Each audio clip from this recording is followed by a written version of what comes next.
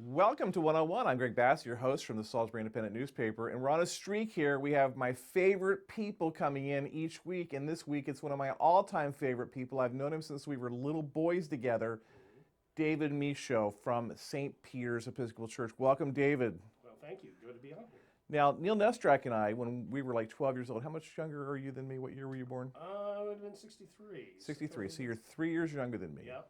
Neil Nestrak, the great late Neil Nestrak, and I were having an argument one time about smart kids. And I promoted some kid as the smart kid, and he said, no, David Michaud is the smartest kid that we know. And I said, how is that? And he said, David Michaud knows the state capitals of every state. Oh, yeah. So what's the state capital of Nevada? Oh, that would be Carson City. See, he's got it. He's still got it. So how are you, David? I'm doing well. Tell me about St. Peter's. It's one of the icons of our community. It's just so important. What's it like to be being given control or leadership of an institution that's so important to Salisbury? Rector, well, it was an amazing thing to be called to the church because it is so full of history and just it's been the center of so much great worship and great events. But to just carry on that legacy that it has had in Salisbury it's just really blessed to be able to do because it's been on the site since there's been a church on that site since 1768. Wow! So there was a colonial church on that site. It was called a Chapel of Ease at that point because Green Hill Church down the way was the parish church for the Church of England at the time. But there's been a church on that site and worship going on since 1768. In fact, in 2 years we'll be celebrating our 250th anniversary. Wow. Being in downtown Salisbury. Now, across the street, Trinity's about to celebrate 150, but you guys have got them by 100 years. Yeah. We're definitely part of the fabric of Salisbury. In fact, used to be the church was in pretty much disrepair in the early part of the 19th century, and so they sold a lot of the lots around the church, the glebe lands, to be able to do the repairs, which has now become most of downtown Salisbury. So St. Peter's was like the lone church up on the hill, and now it's surrounded by downtown.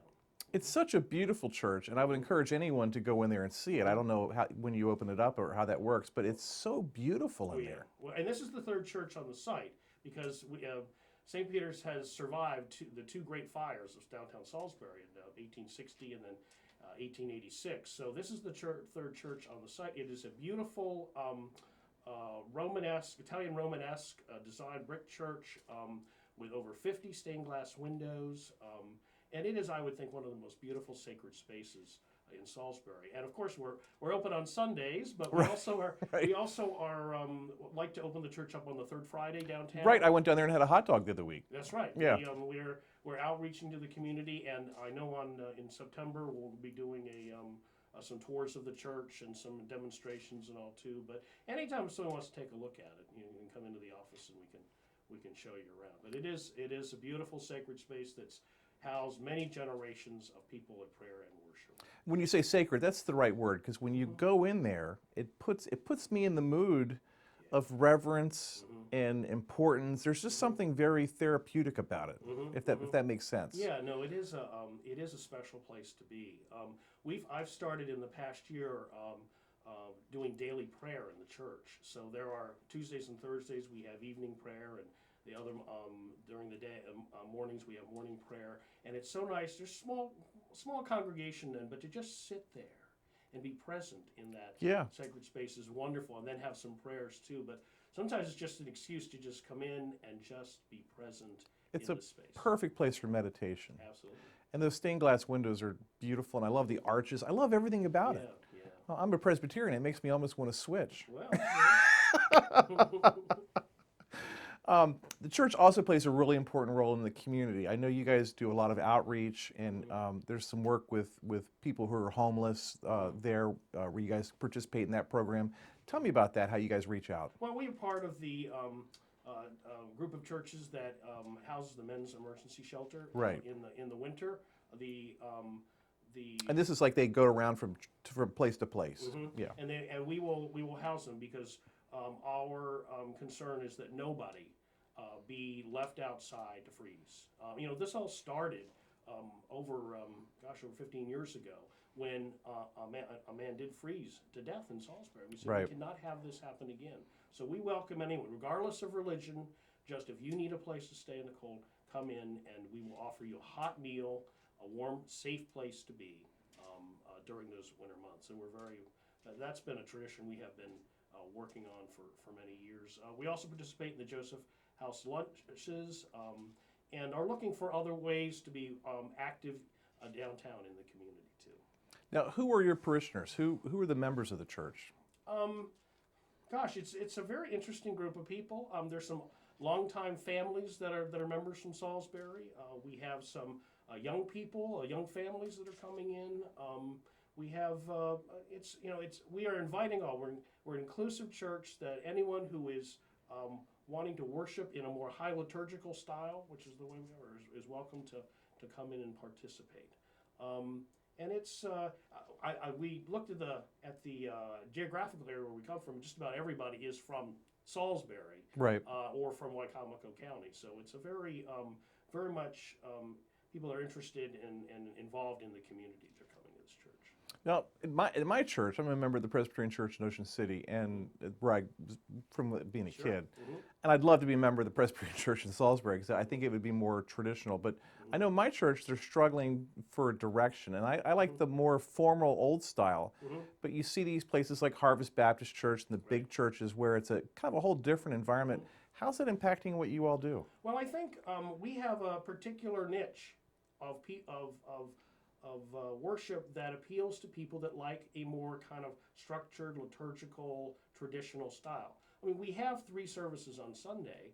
We have a quiet morning service, early service. We have a more contemporary 9 o'clock service, and then a very traditional organ and choir kind of service at our 11 o'clock. So we have, although we have the same liturgy, it's done in a particular different styles. So I think that's appealing to people that like that kind of structure, that like the fact that the prayers that we say are centuries old. I like that. That it's people that have gone before us and are coming after us. There's a real, I think, understanding of the communion of saints, and there's just some visceral feeling about having all the senses kind of involved in worship. So there's some that's not going to appeal to at all, and there's certainly other ways of worship, and I don't condemn that at all. I think that's wonderful the more we're worshiping our Lord. But for St. Peter's, I think we offer a unique way of worship. Now, it's not a way that's dying because there's a lot of young people that really are responding to that as well, and Right. families as well too. So I think we continue to have a role to play with Anglican worship here on the Eastern Shore. Right. Now, in the old days, the church would wait for people to come to the church, but now you see churches going out to the people, and you guys are doing the same thing. Well, that's true, and I think evangelism is a big part of telling our story and telling people what we're doing and inviting them to come in, because we're in a time of post-Christendom, Greg. We up until the 60s, the government did our work for us as churches. I mean, they had the blue laws. You Right. couldn't do anything else Right. but go to church on Sunday. Right. I mean, it was the societal norm. Whether you believed or not, you went to church. Now we're in a situation where you've got a lot of other options. You don't have to go to church. Yeah. And so what we're getting is maybe not so much the quantity, but we're getting people that really want to be part of a Christian community. And I think that's a lot, and it actually harkens back to the days of the early church, where it wasn't the state church, it wasn't the thing to do. I mean, you had to really want to be a Christian. And so I think we're getting people that are discovering and finding real commonality and strength in being part of a Christian community. But it's very challenging. Yeah. Also, it's an interesting thing that it's church today is not like it was a generation ago in that people don't go to church every Sunday. But they believe that's our church. Right. And they're committed to the church and they're giving to the church. But they've got other things that they do on a Sunday. And that's where I am. I go for all the special occasions, but I'm not there as much as I should be. Mm-hmm. Well, and that's, there's a lot of things going on in the world, and I understand that. But people aren't abandoning the church. They're finding whenever they can get to church, it fills them and it gives them strength for the weekend. It gives me great comfort. Just even the social aspects in connecting with the people, getting feedback on the paper. I love that. It's really, really, really important. And I think the fact that we have texts from a lectionary every week that we hear and I would preach on means that sometimes we're confronting some difficult things. So Right. coming to church may not just always be fun. It may be a challenge. Right. But we need challenges in our life. There are times when Jesus in the gospel is challenging us to be better who we are. Yeah. And I think we can come into a worship and go out differently than we came in with those kind of challenges and that kind of strength and understanding that we can make it through the week. There's always that moment where a Bible passage or a sermon, I'll be kind of like not falling asleep and not paying attention, but then it'll speak to me. It'll apply to something that's going on with me. And I'm always amazed by that, how you guys are able to do that. Well, and I got to say too, there's sometimes when I've got a particular way I want a presentation and all, and I come and after the service, somebody shakes my hand and says, that was great because that reminded me of this. And I hadn't intended that. Right. But that's how they took it. Right. Because that's how the Spirit's speaking to them. It's a bit of a mystery when you have sermons and all. But if people can get anything out of it that helps them, I think that's really cool. I've always wanted to ask this question. I never would have thought of it. When do you write the sermon and how long does it take? Oh my goodness. It's usually when I can. Sometimes I plan for it, and sometimes the things that happen in the week mean that I'm maybe writing it on a Saturday rather than on a Thursday. But it usually takes 3 or 4 hours to do because there's a lot of sermon preparation Right. that goes into that. I feel obligated though to do all of the research and to do all of the thinking so that I can provide for the text more understanding, help open up what the text is saying, and then try to apply it to people's everyday lives. Right. That's interesting. Sometimes it just comes, and other time it's harder to get out of you, or Well, I often will, I will read the passages. you get like sermon block. Well, sometimes they're a little harder to come through. Yeah. And others they write themselves. Yeah. But I usually try to look at the text earlier on, so it's kind of in my head, kind of thinking about what I might be saying. But then also, it's a pastoral thing because it also depends on where the congregation is too. Yeah. And I can look back because every 3 years we repeat the lessons. So I could look back at a sermon I gave 3 years ago and say, well, maybe I'll just use that. But I can't. Right, you can't recycle. Because the congregation is in a different place. Right. The world is in a different place. Right. And so the sermon you give is for that congregation for that Sunday. And so it's an interesting and very rewarding process. And there's a topical element to it because I'll go to church, especially if there's like a national crisis or something, and I want to hear the perspective, how I, maybe some input on how I should feel about something so I can manage it. So there's like pressure on that sermon. That's right. That's right. Yes. I mean, you kind of have to think where is the congregation and how it's a pastoral thing. I mean, how can I help this congregation? How can I? And oftentimes the sermon I write is a sermon I want to hear.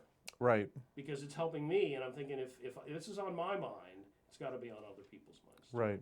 And but you've got to be really connected to the parishioners to be able to do that. Right. Yeah. There's that, and connected to the world too. I mean, you can't be a parish priest and just be disconnected from what's going on in society because you're there to help and pastor the congregation as they are experiencing the world.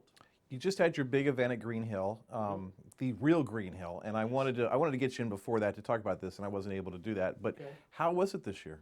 It was good. It was a little less attendance because it was hot. It's so hot, yeah. Yeah, and we do that because the church, which was built in 1733, was consecrated by the bishop in the 19th century as St. Bartholomew's Church. Wait, we should explain this. This is the big joint ceremony where the service where the 5 Episcopal churches come together Right. at the old Green Hill Church down south of Quantico That's right. on the way to Whitehaven. Mm-hmm. And they open up the old brick church, and it's quite the thing. It's got to be. I believe it's the oldest church in Wicomico County. It's one of the oldest buildings in Wicomico County. Yeah. And it's it's original, so it's not something we can use every week. Right. But we come together. All of the churches that came out of Green Hill, the mother church, all the 5 churches, Episcopal churches of Wicomico County, and the congregations come together for a service on Green Hill Sunday, which is the nearest the Feast of St. Bartholomew, which is August 24th. Right. And so we have a joint service, and we then have a picnic on the grounds for all the five congregations. It's been going on since the 1850s. Because Green Hill Church has not been a church since the mid-19th century. They moved to more modern churches. Right. But it is the mother church, and it's one that we celebrate. We celebrate our joint heritage together. Yeah, and it's a beautiful site, Mm-hmm. and it's truly historic, and it's worth the trip down once a year, I think, at least. Yeah, absolutely. And we're hoping, now the Diocese of Easton has now taken, which is our Episcopal diocese, has taken ownership over it, but we are working to be able to have some local oversight so that we can continue to restore and care for that church and have a few services there, because it's consecrated church. Yeah, I'd never been in there my whole life, and I went to a memorial service a couple years ago for somebody, and I've just blown away. It was like a portion of Wicomico County. I thought I knew the whole county, but I did not know what went on in there. It's just so cool. It's a portal into our history. Yeah. I mean, you go in there, and there's that huge wooden pulpit in the middle of the church, box pews. I mean, just laid out as it originally was, as the colonial church in this part of the colony of Maryland. And it's like when I'm at Chipman, when I look at the woodwork, and I imagine those people with the lathe, like the real hand lathe, making this beautiful stuff. And it's the same thing. I can imagine those guys building all that altar and stuff down at that church, however many years ago. It's just amazing. Just amazing. So you were called to this. You had like another life. You were executive director of the Community Foundation when I first came back to town. Right. And that's a pretty good gig where you're able to help the community and you're very involved in things, so that fits your demeanor, your personality. But then something happened. What happened? Yeah. No, I thought that was my call. Yeah. And that would see me through my career. But at the same time, I was working and doing all this great stuff with the Community Foundation, and I had a career in not working in nonprofits. I was also doing all of these ministries in the church, and I had thought, oh, I'll go ahead and maybe when I'm semi-retired, maybe I'll go to seminary or so. And I heard it from my Lord. I don't want your later years. I want your best years. Wow. And then I said, well, there's no way I can afford it. I can do it, all this stuff. But what I had to do is I said, I have to give up being in control. I need to take the plunge and see what happens. And I kept hoping that it would be no, but it was as doors kept opening and doors kept opening. And I said, all right, if that's where I'm to go, let me do this. And I was very fortunate. I went to seminary up in New York City and commuted down to Salisbury. And how long did that take? That was 3 years. Wow. 3 years, and then after that, I had a call to St. Andrews in Princess Anne. Right. Now, you're down at little St. Andrews, and I was like, what's he doing? Because I was thinking of it like professionally. I never got a calling, so I don't know what was in your heart or your brain. But you made you did some great stuff down there with that church. Yeah, no, I think we certainly increased membership, and we're doing a lot of things down there. And, I had been sent to seminary from St. Peter's, because when I came back to Salisbury in '98, we joined St. Peter's. And so I never thought I'd ever get back to St. Peter's, because you do not go back to the church you come from. I mean, there's just a lot of complications involved in that. Right. But I was asked by the bishop if I would consider going to St. Peter's, and after a lot of prayer I said, well, let me give it a try and see if I'm accepted there. And it has been wonderful. Yeah. It has been wonderful, and we've been able to do a lot of things and grow the congregation and do a lot of programming and ministries. It's very exciting. So I never thought I'd be back at St. Peter's. I'm great. It's great to be here. And also, I believe I'm the only rector of St. Peter's that actually grew up in Salisbury.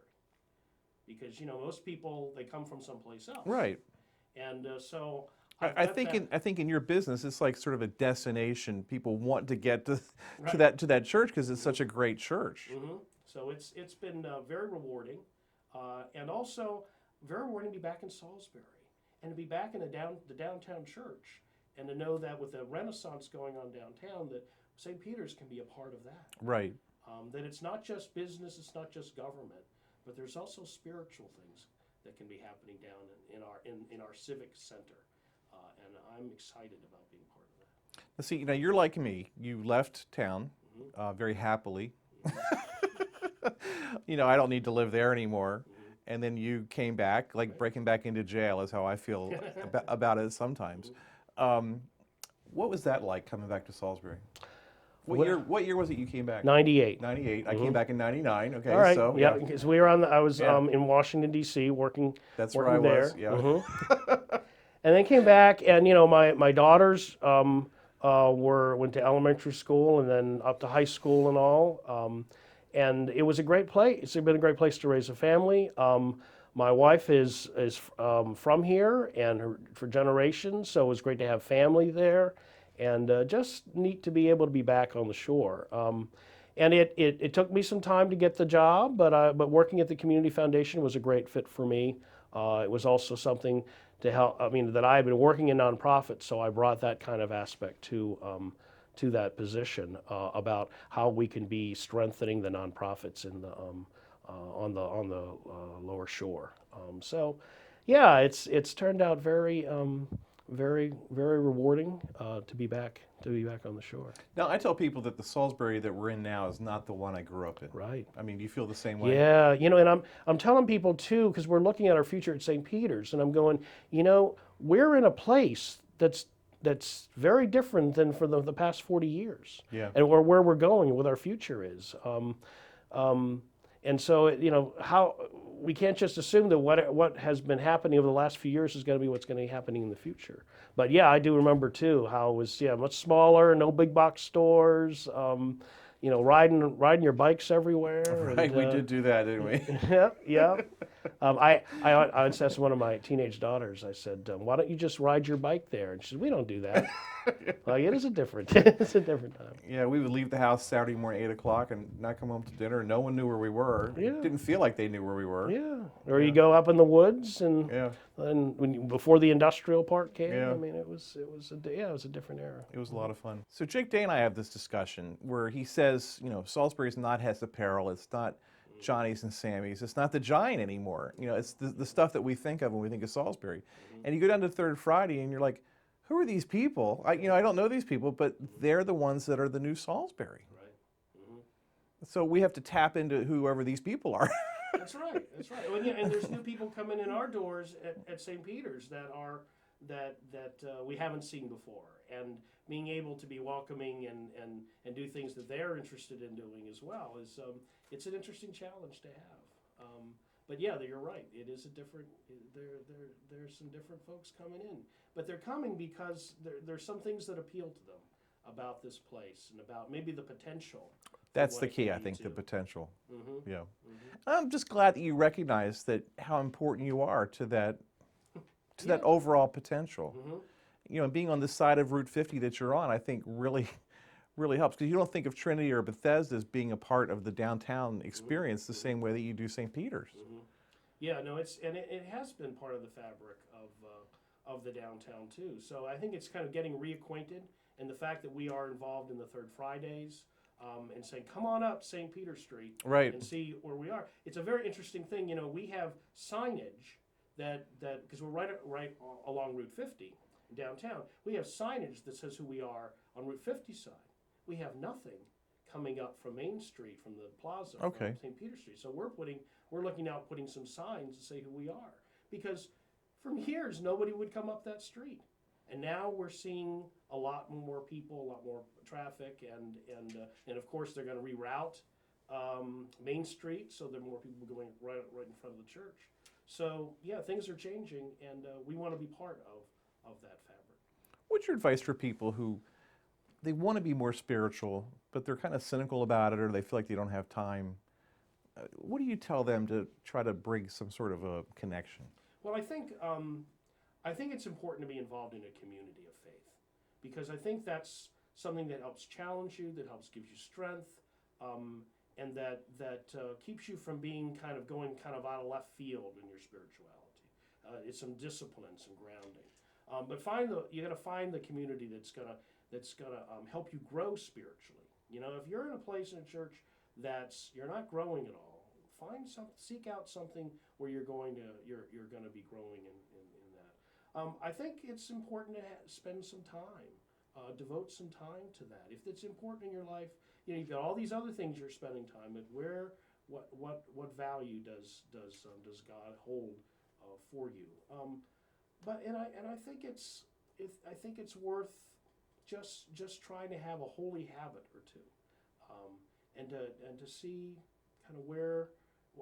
what is going to make a difference for you. But I think it's important to try to be in a community.